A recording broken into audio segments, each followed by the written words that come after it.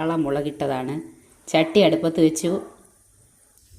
ചട്ടി ഉണങ്ങിയപ്പോൾ 2 സ്പൂൺ വെളിച്ചെണ്ണ, 1 സ്പൂൺ കടുക്, ഒരൽപ്പം ഉലുവ ഇത്രയും ഇട്ട് ഒന്ന് ഇളക്കുമ്പോൾ, ഇളക്കി കഴിഞ്ഞതിന് ശേഷം 2 വറ്റൽമുളക് ഇടുക. അങ്ങനെ 2 വറ്റൽമുളക് ഇട്ടു. ഇനി ഇതിനകത്തേക്ക് നമുക്ക് ചേർക്കാവുന്നത്, അതിനകത്ത് ചേർത്തത് 10 അല്ലി ഉള്ളി, ചെറിയ ഉള്ളി, അതുപോലെ 4 അല്ലി വെളുത്തുള്ളി, പിന്നെ 1 കഷ്ണം ഇഞ്ചി. ഇത്രയും കൂടെ മിക്സിയിലിട്ട് ഒന്ന് അരച്ച് ഇതിനകത്തേക്ക് ചേർത്തു. ഇനി ഇത് ഇളക്കാം. പച്ചമണം മാറുന്നിടം വരെ ഇളക്കിക്കൊണ്ടിരിക്കണം.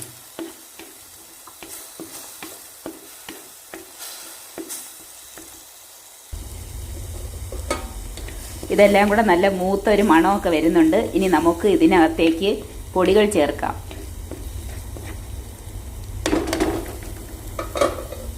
ചേർത്ത പൊടികൾ: 1/4 സ്പൂൺ മഞ്ഞൾപ്പൊടി, 2 സ്പൂൺ മുളക് പൊടി, കാശ്മീരി മുളക് പൊടിയാണ്, 2 സ്പൂൺ മല്ലിപ്പൊടി, ഇത്രയും ആഡ് ചെയ്തു. ഇനി നമുക്കിത് ഇളക്കി കൊടുക്കാം. അങ്ങനെ പൊടികളെല്ലാം നല്ലതുപോലെ നല്ല മൂത്ത ഒരു മണമൊക്കെ വരുന്നുണ്ട്. ഇനി നമുക്ക് ഇളക്കി നിർത്തിയിട്ട് 1 ഗ്ലാസ് വെള്ളം ചേർക്കാം. കറിക്ക് ആവശ്യത്തിനുള്ള വെള്ളവും ചേർത്തു. ഇനി ഇത് തിളയ്ക്കുമ്പോൾ നമുക്ക് മീൻ ഇട്ട് കൊടുക്കാം. ചാളയാണ് ഞാൻ വെക്കുന്നതെന്ന്.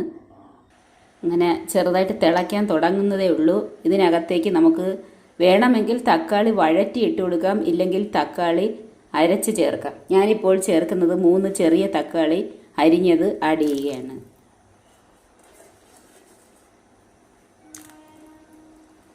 തിളയ്ക്കുമ്പോൾ നമുക്ക് മീൻ ഇട്ട് കൊടുക്കാം. കറി നല്ലതുപോലെ തിളയ്ക്കുന്നുണ്ട്. അതിലേക്ക് ഞാൻ ചാള മീൻ ഇട്ട് കൊടുത്തു. അങ്ങനെ നല്ലതുപോലെ തിളയ്ക്കുന്നുണ്ട്. ഇനി ഇതിനകത്തേക്ക് വടക്കം പുളി 1 കഷ്ണം, അത് നമ്മുടെ പുളി, ചില പുളിക്ക് നല്ല 1 കഷ്ണം ഇട്ടാലും മതി. ഞാനിപ്പോൾ നല്ലൊരു കഷ്ണം പുളിയാണ് ഇടാൻ പോകുന്നത്. വലിയൊരു കഷ്ണം രണ്ടാക്കി അങ്ങ് ഇടുകയാണ്. ഇനി ഇത് കുറച്ച് സമയം വേവട്ടെ.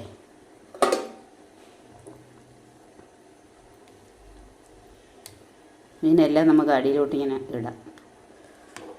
അപ്പോൾ ഇതാണ് എൻ്റെ ഇന്നത്തെ സ്പെഷ്യൽ എന്ന് പറയുന്നത്, ചാള മുളകിട്ടത്. ഇതിൻ്റെ കൂടെ കപ്പയും ഉണ്ട്. ചെറിയ കറിവേപ്പില ഇവിടെ നിന്നു, അതും 2 അല്ലി 2 തണ്ട് ചേർത്ത് കൊടുത്തിട്ടുണ്ട്. നല്ലതുപോലെ വേകട്ടെ. അപ്പോൾ ചാള നല്ലതുപോലെ വെന്തിട്ടുണ്ട്. എല്ലാവർക്കും എൻ്റെ ചാള മുളകിട്ടത് ഇഷ്ടപ്പെട്ടെന്ന് വിശ്വസിക്കുന്നു.